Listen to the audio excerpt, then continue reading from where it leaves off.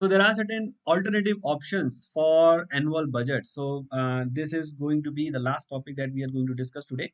So there's alternative options for the annual budget. So the first option is scenario planning, as we have already discussed with the probabilities.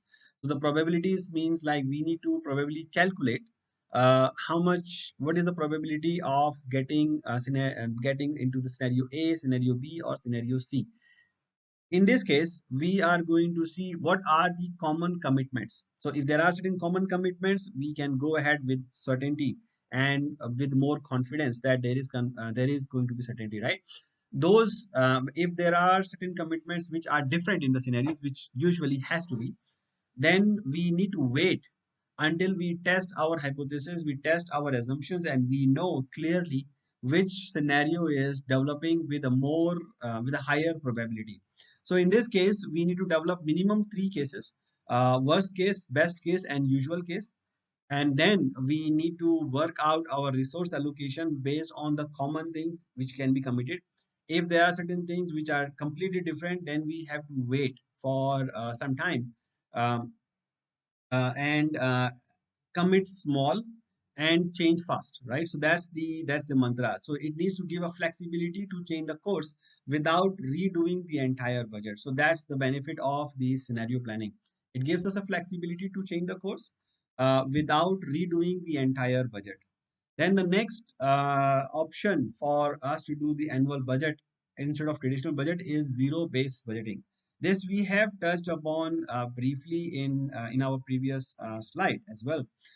Is a healthy mix of resource allocation based on changing strategic needs. So basically, we need to identify, as we have discussed earlier, we need to identify what are the possible changes or what are the possible strategic plans that we are going to work on.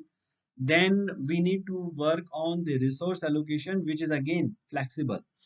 We cannot commit to a resource allocation that cannot be changed.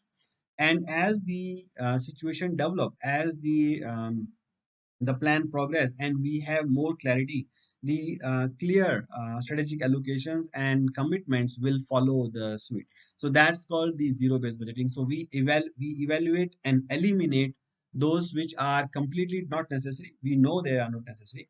Those which are necessary for our strategic objectives, there we need to allocate the resources, but with option for flexibility. So that's the key here. Then the next option is to create rolling forecast. Now the rolling forecast just means that we are going to make a rolling forecast for, let's say, next 3 months, next 6 months. It doesn't matter whether the next 3 months are going beyond the budgeted period, beyond the financial period or not. So it means every month we are going to roll down our forecast for the next 3 months, depending on how we can see the things reliability. And we also evaluate what happens to the last rolling forecast, what are the changes and why these changes are there, so that we can learn and adapt our rolling forecast in the future, so that we have a more clearer, more crisp allocation of the budgets, so that we are able to claim a more better forecast. So that's the usual way of doing the budget. And then usually we can do the quarterly or half yearly budget. This is what we do more as of now, because we are not sure about the next quarter or the next half year. Given the circumstances that the lockdowns can happen anytime, we were betting big on, let's say, China business, right? That the Chinese travelers will be coming out, they're gonna have a travel bubble.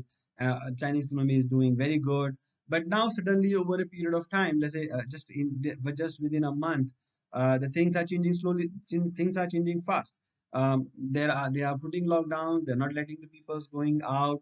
The economy is crumbling. There are defaults. So it means that there are shock waves that are waiting to be released into the world, right?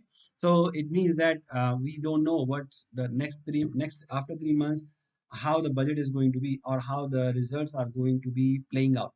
So in my case, to be giving you a very clear and very uh, a case study, we can I can say we are doing the, let's say, budget only for a one quarter or for 6 months, and we are playing out, we are looking at our assumptions on a monthly basis, on a weekly basis, to see is there any change in these assumptions, because they are critical assumptions for us, right? So we are playing out that the economy will open, we are playing out that domestic travel will continue, we are playing out that the air travel will start, we are playing out there the cases are remaining under 1000. Are we still on the track for these or not? As soon as any of these assumptions are going to be going against our expected results, we need to adapt our budget, right? So we may need to change immediately our forecast and our strategies and our resource allocation, so that we are not wasting resources. So the key of the budgeting and forecasting uncertainty is to identify the objectives.